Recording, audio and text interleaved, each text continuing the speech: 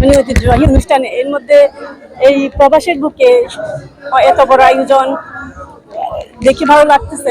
খাইলে মানুষ তারা মানুষের মেজবানি খাইবেলা আইছিলাম, কিন্তু তারা খাওয়াই যে নালার গোস্ত খাওয়াই। ওমানে বাংলাদেশ সোশ্যাল ক্লাবের আওতাধীন বৃহত্তর চট্টগ্রাম উইংসের উদ্যোগে আন্তর্জাতিক মাতৃভাষা দিবস উপলক্ষে আয়োজন করা হয় চট্টগ্রামের ঐতিহ্যবাহী মেজবান ও প্রবাসীদের মিলন মেলা। এখানে সবাই উপস্থিত হয়েছে এবং সাথে যে আয়োজনটা করেছে এবং চট্টগ্রামের মেজবানি এবং অনেক সৌন্দর্য অনুষ্ঠান হয়েছে। বারকা রমেশ হালবানের একটি ফার্ম হাউজে এই প্রথমবারের মতো চট্টগ্রাম প্রবাসী সহ সকল জেলার প্রবাসী বাংলাদেশি পারিবারিক মিলন মেলা অনুষ্ঠিত হয়।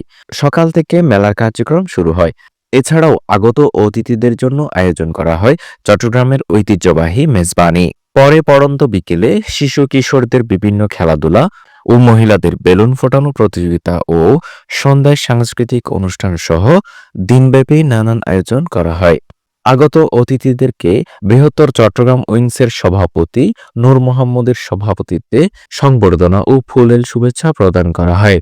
আগত অতিথিদের মধ্যে প্রধান অতিথি হিসেবে উপস্থিত ছিলেন বাংলাদেশ সোশ্যাল ক্লাবের চেয়ারম্যান সিরাজুল হক সিআইপি।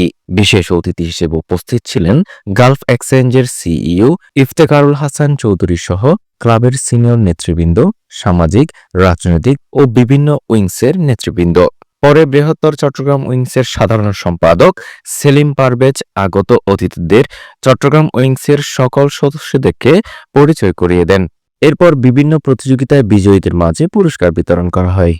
মেলাটা সকল চট্টগ্রামবাসীদেরকে নিয়ে আজকে মিলন মেলা হচ্ছে।